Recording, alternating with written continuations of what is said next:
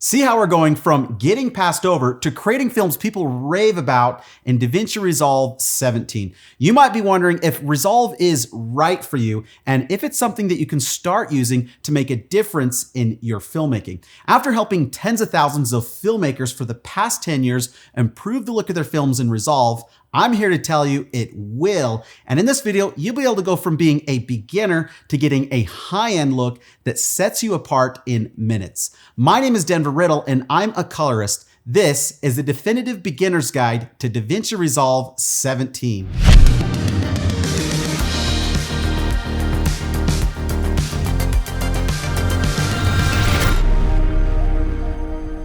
If you've opened up the software before and then promptly closed it because it felt too overwhelming, I know how that feels, and I've actually been there, which is why we're gonna go through this step by step so that by the end of the video, you'll be able to go from being a beginner in DaVinci Resolve 17 to getting a high-end look that people go crazy for.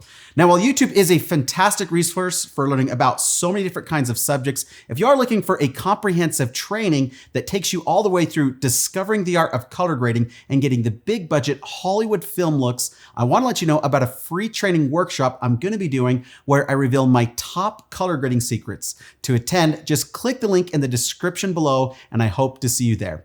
All right, let's do this thing.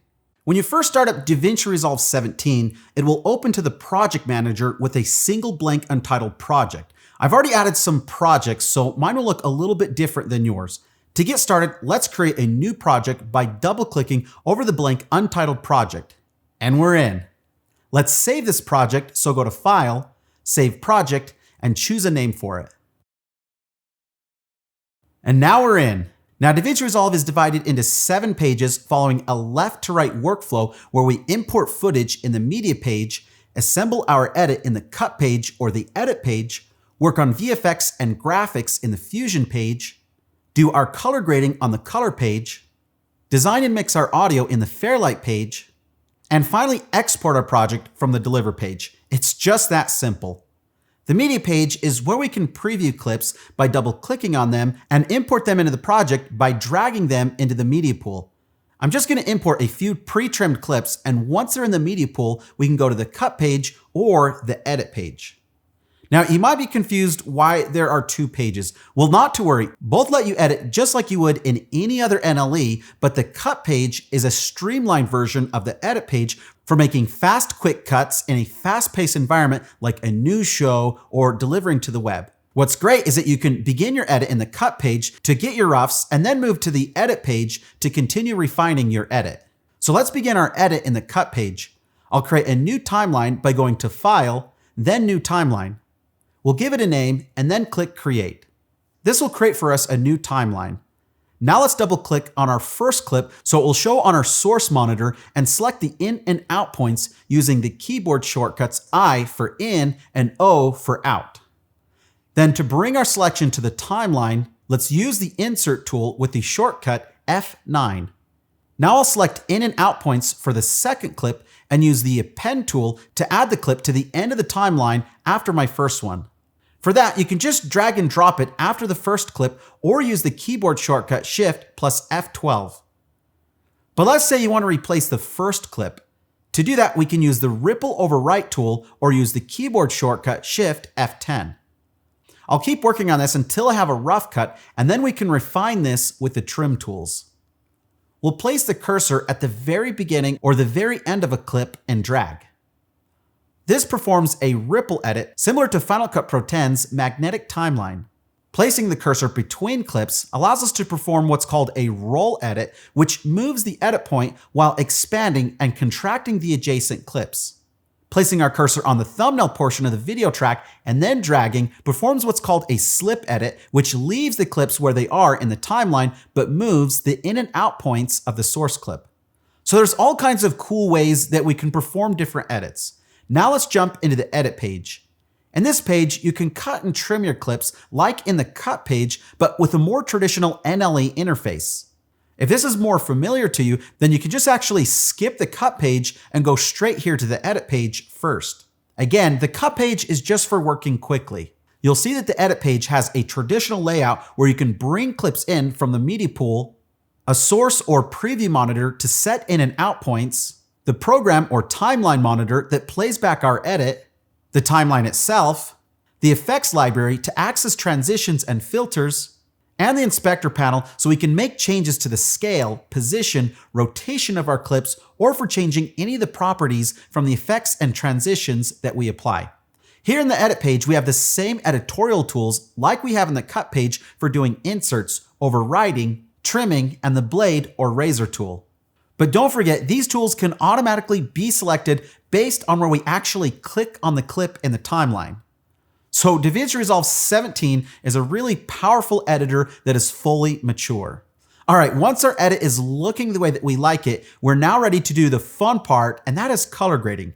Now, because this is a high-level overview and our emphasis is more on the color grading which we teach to, we'll just briefly touch on the Fusion page so you at least know that it is there and what it is used for.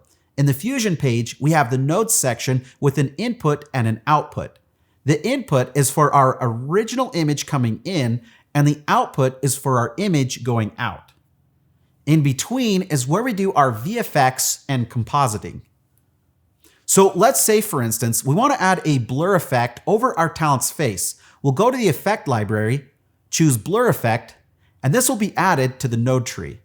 We'll then go to the inspector and increase the blur value. But you'll see, however, this affects the entire image, so we'll need to add a mask. Going to the effects library, I'll choose mask and ellipse. A node representing the mask is added to the node tree as a property of the blur effect, and we can position and resize the mask on the viewer or use the options in the inspector tab.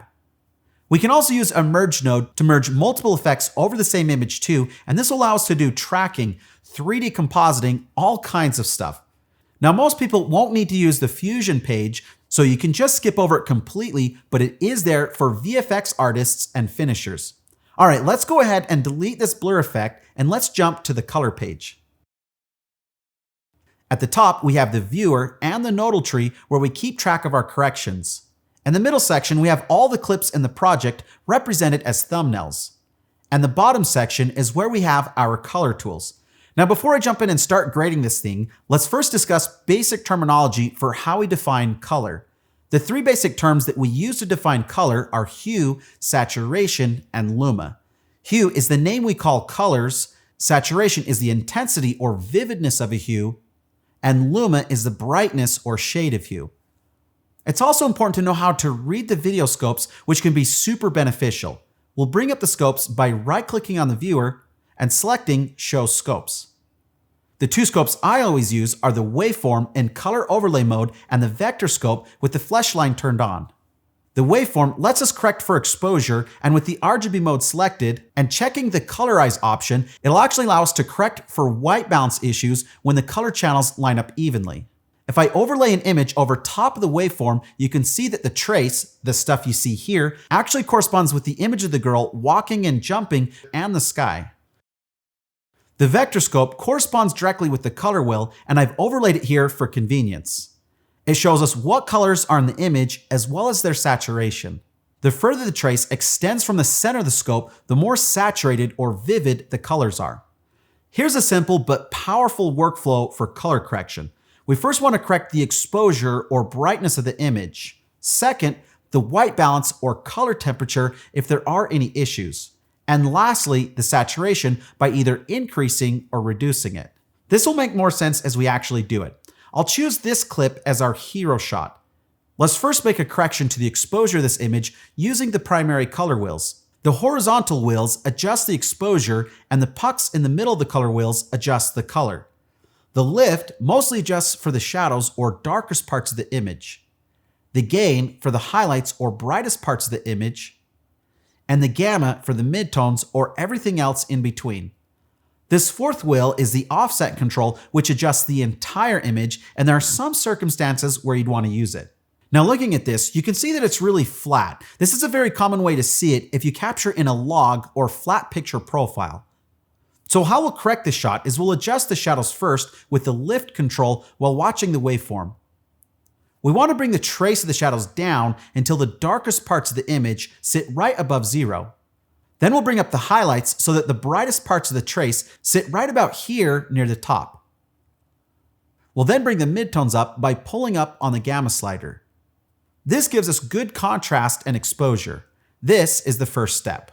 Next, we'll fix the color temperature since our image looks a little too warm. We can clearly see the red trace dominating the midtones and highlights of our waveform. Our goal here is to neutralize or white balance the whites, so the way to do that is to first find something in the image that should be white. In this case, we can use the top of this van. Our goal is to get the color channels to align evenly, and when they do, the trace will turn white, indicating that we've achieved white balance. A quick and easy way to do this is with the white balance eyedropper found under the lift wheel. Keep an eye over here on the trace as I click on the white van.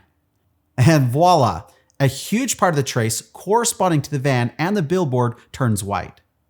Now, in case you're not happy with the result or if the whites look too sterile or clinical, we can manually adjust them using the temperature and tint sliders. In this case, I think we can warm up the image a little bit. Lastly, let's boost the color by increasing the saturation. Here's what the clip looks like before and after the correction. Doesn't that look awesome? Again, our first objective using this workflow is to bring our image to a neutral starting point. And if this looks right to you, give the video a like, as that will help the algorithm. All right, now that our hero shot is color corrected, let's move on. On this next shot, we'll repeat the procedure, going for a nice balance of exposure with the lift, gamma, and gain controls. If you're having a hard time judging exposure using the scopes, another great way to do this in DaVinci Resolve 17 is using the false colors effects. To do that, we'll add a new node, go to the Open Effects panel, look for false color, and then apply it. By default, the plugin mode is set to specific camera model, and the models available are all from Blackmagic. But if you set the mode to creative and choose exposure guide under the creative style menu, you get a proper false color mode for exposure. Here the highlights are yellow-orange and red when they start to blow out.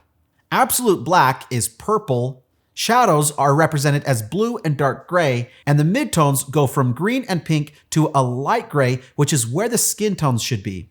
Using this as a guide, we can now use the wheels to make each range fall under its corresponding colors, and you can see the skin tones turning pink and the tree shadows turning blue. The top of the model's hat is clipping, so we can go to the log wheels and use the highlights wheel to bring down just the very top of the trace. Once we're done, just click over the false color node to disable it.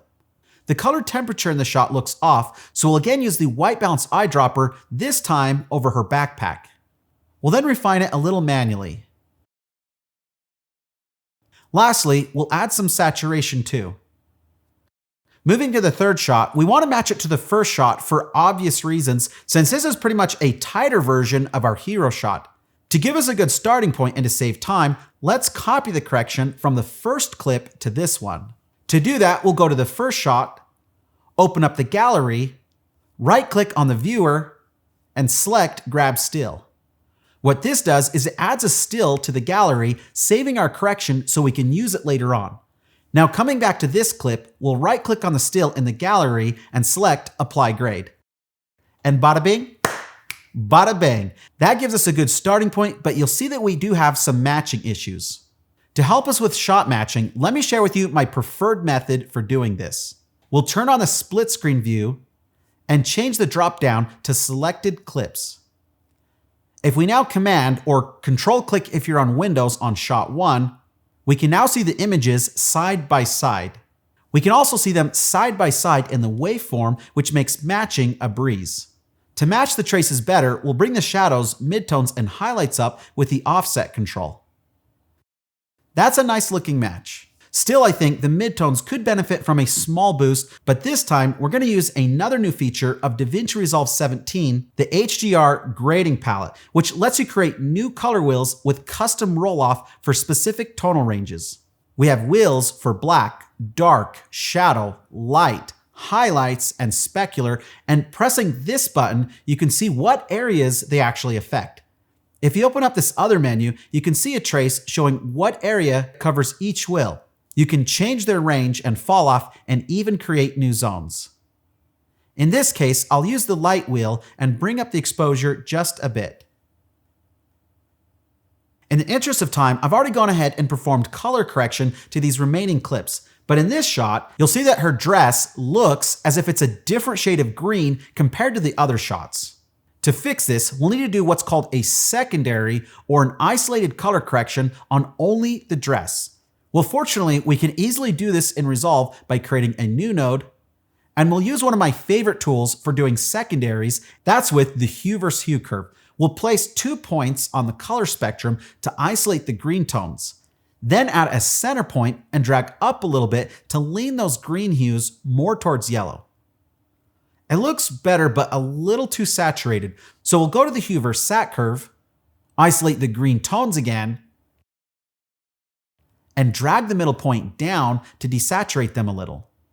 Now, what I love about Resolve is that there's never a single way of doing things. Blackmagic Design is always coming up with new tools that let us be more precise or just provide a different approach to how we do things. Starting in the release of DaVinci Resolve 17, we have the Color Warper tool, an alternative to the hue and saturation curves. I'll disable this last node, create a new one, and now let's fix the dress with the Warper tool. We'll make sure to set it up to HSL so it becomes equivalent to the vector scope. And now you can move the points in the mesh to effectively modify the trace, changing the hue and saturation. You can even forget about picking a point in the mesh and go directly to the image itself, click on a hue that you want to change, and move the cursor around to change it. You can even add more points to the mesh to be more precise.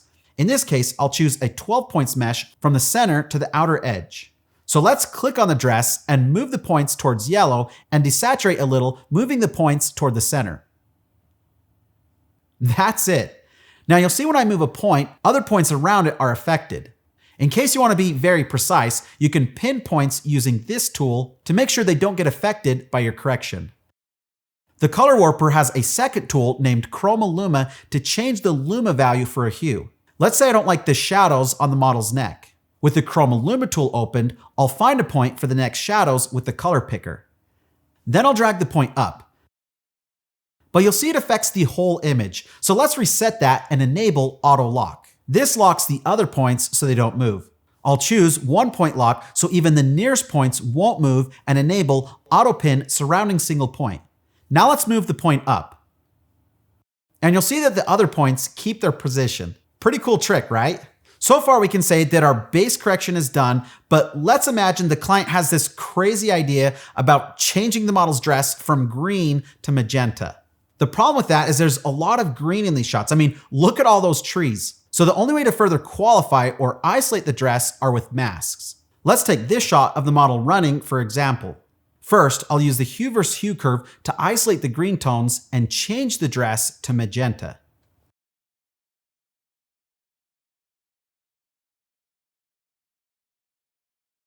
You'll see this is affecting the foliage and trees. Then going to the Windows panel, if I choose a circle mask, it won't do the trick, right? We would still get lots of foliage inside the mask. If I go to the Curves window and draw a shape mask around her, I have to be very precise, and if I try to track it, the tracker won't work. Her arms and legs are moving, there's just too much going on. So what are we gonna do? Well, before DaVinci Resolve 17, the only solution to this would be frame-by-frame tracking, but now we have the Magic Mask. With the Magic Mask, you only need to draw strokes over your subject, and Resolve will use AI to determine the edges of the subject and automatically key it. You can enable the Mask Overlay feature to check if the key is good enough. You can draw more blue strokes to include the missing parts, or red strokes to erase what you don't want.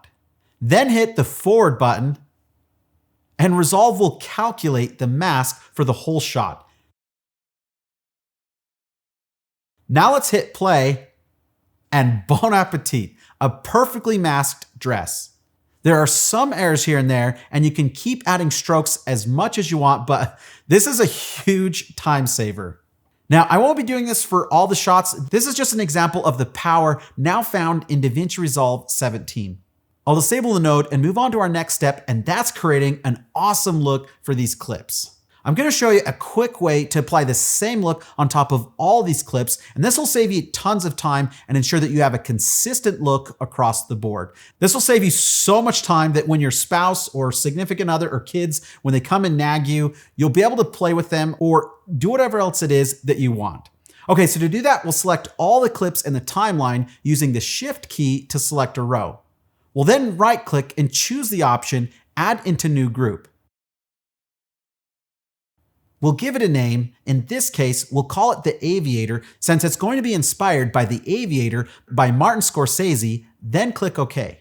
Then we'll change this drop-down from Clip to Group Post Clip. This simply means that when we want to make a change, it's applied to all the clips in the group. You see if I push an arbitrary color into one of the clips, you see that they're all updated with the same change. All right, let me reset that and now let's create the look. The Aviator is pretty crazy in terms of color grading with different grades for different scenes and time periods. What unifies the look of the film is that all these grades are always duotone and very unnatural. For example, in this scene, everything is teal and red. In this other, red and green. Here, red and blue. Now, all this may look too unnatural and the look relies heavily on the art direction, but we can create a watered down version of this, and I think this will work really well with this scene, and then you can also download this look as a LUT. The goal is to create a look made up primarily of orange and green, and you're going to see how this fits really well with the scene. In our first node, let's dial up the contrast for our look. To stay organized, we'll right-click on the node and choose Node Label. In this case, I'll just call this Contrast. For this part of the look, we'll use the custom curves, which allows to make complex adjustments to the exposure. Now, just a quick crash course on the way this works. The bottom point adjusts the shadows, the top point adjusts the highlights, and we can make as many points along the curve in between to fine-tune the contrast. In this case, we don't want to affect the highlights or the shadows too much, so we'll create contrast in between these areas known as the undertones and overtones. I'll make a point here in the undertones and drag it down. This improves the density of the undertones, but it makes the image look a little too dark. So let's add another point here in the overtones and drag it up. There, that looks nice. Now we have much richer contrast. For color, let's add another node and name it Color. Here I'll use the color warper in the hue saturation mode. Make sure it's set to HSL and change it to 16 points. Looking at the trace, you can see how we have a range of yellows, oranges, and reds. So I'll move the points for those yellows and reds towards orange and bring the saturation down a bit. We have lots of teal and blue too, so I'll move those points towards green and bring the saturation down too. You can see that I'm not being too aggressive here. You can see there's some yellow, red, and teals in the image, keeping it natural. I can see some small magenta and purple details on the image that are very small, but I'm going to move those points toward the center to make sure they end up desaturated. If I toggle the grade off and back on again a few times, you can see a huge difference, and what a great look this is, making it look like a fashion shoot. As a final touch, I want to apply one of the LUTs from the 70 LUTs Master Collection, which you can download for free from Color Grading Central. Here's a link to the download in the card. I want to show you how we can preview these LUTs in real time with the LUT browser. At the top left of our screen, we'll find the LUT browser option. Let's go ahead and click on it. And now we have a list of all of our LUTs. Now this is also the same as if you were to right-click on a node to see a list of LUTs, but the big difference here is that we have a visual preview of the LUT before we apply it, and this makes finding the right LUT for your project so much easier. I'll navigate to the 70 LUTs Master Collection, and hovering the cursor over the LUT thumbnails, you'll see a real-time preview of each LUT in the viewer. We'll choose the 3-strip LUT by double-clicking on it. Ugh! At first you'll see it's too strong, but that's okay because we can dial it back to taste by going to the key panel and pull back on the output gain control until we have a result that we're happy with. That LUT gives us the final push that this look needed. Now let's play this whole thing back. What a really cool look of greens and oranges. All right, to wrap this all up, I'll jump to the Fairlight page. Although we've placed a lot of emphasis on the color grading, which I believe is Resolve's greatest strength, I think it's also worth pointing out the Fairlight page, which gives us professional audio tools that you'd normally only find in high-end TV and film production tools. So it's truly remarkable that we've been given so much. Now, to keep things in perspective, if you have simple audio needs like adjusting levels, etc., you can handle all that within the edit page. But if you know what you're doing and need some high-end audio finishing or mastering, you can do that in the Fairlight page. So let's explore it briefly. Here we have access to the media pool. We have the effects library, which will list any VST audio plugins that you have on your system.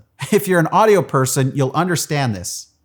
The index section, which displays the track list and markers.